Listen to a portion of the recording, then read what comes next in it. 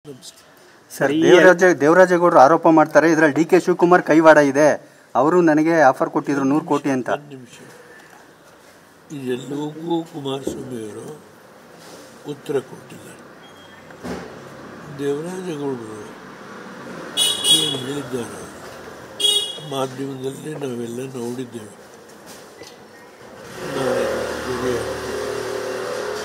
ಕುಮಾರಸ್ವಾಮಿಯವರು ಈ ವಿಷಯದಲ್ಲಿ ಎಲ್ಲ ಇನ್ಕ್ಲೂಡಿಂಗ್ ರೆವೆನ್ಯೂ ಎಲ್ಲ ವಿಷಯದಲ್ಲೂ ಕುಮಾರಸ್ವಾಮಿಯವರು ರಿಯಾಕ್ಟ್ ಮಾಡ್ತಾ ಇದ್ದಾರೆ. ಅವರು ಇವತ್ತು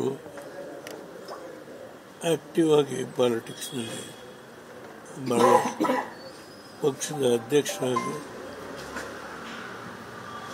ಯಾವುದೇ ವಿಷಯ ಬಂದರೂ ಹೋರಾಟದ ಛಲ ಇದೆ. ಅದರಿಂದ ಅವರು ಎಲ್ಲ ವಿಷಯ ಹೇಳಿದ್ದಾರೆ.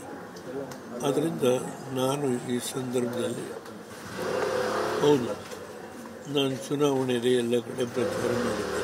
ನಿಮ್ಮ ಉಬ್ಬಿದ ರಕ್ತನಾಳಗಳ ಸಮಸ್ಯೆಗೆ ಎವಿಸ್ ಆಸ್ಪತ್ರೆಯಲ್ಲಿ ಕೇವಲ 30 ನಿಮಿಷದ ಲೇಸರ್ ಚಿಕಿತ್ಸೆಯೊಂದಿಗೆ ಮುಕ್ತಿ ಹೊಂದಬಹುದು.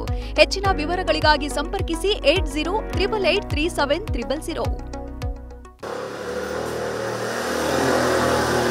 4ನೇ ತಾರೀಕು ಬಂದ ಮೇಲೆ ನಾನು ಮತ್ತೆ ನಿಮ್ಮನ್ನು ನಮ್ಮ ಆಫೀಸಲ್ಲಿ ಮೀಟ್ ಎಲ್ಲರನ್ನೂ ಕರಿತೀನಿ. ದೃಷ್ಟಿ ಮಾಧ್ಯಮ, ಅಚ್ಚುಮಾಧ್ಯಮ ಎಲ್ಲರನ್ನೂ ಕರಿತೀನಿ.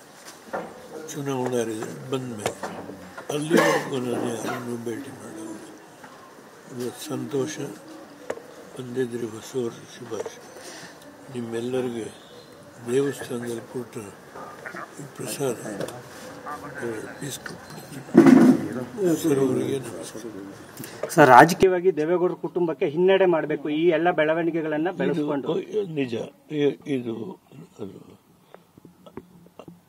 ಇದರ ಒಂದು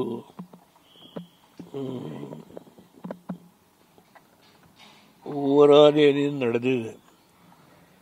ನೀವು ದೇವರಾಜೇಗೌಡರು ಹೇಳಿದ್ರಿ, ಇನ್ನು ಬೇರೆ ಬೇರೆ ಇದ್ದಾರೆ, ಅದೆಲ್ಲ ಬೇಡ. ಈಗ ನಾನೇ ಹೆಸರು ತೆಗೆಯಲ್ಲ. ತುಂಬ ಜನ ಇದ್ದಾರೆ. ಅದರಿಂದಲೇ ಕುಮಾರಸ್ವಾಮಿ ಇದ್ರ ಬಗ್ಗೆ ಏನೇನು ಕ್ರಮ ತಗೋಬೇಕು ಅಂತ ಹೇಳಿದ್ದಾರೆ. ಬನ್ನಿ. Okay sir,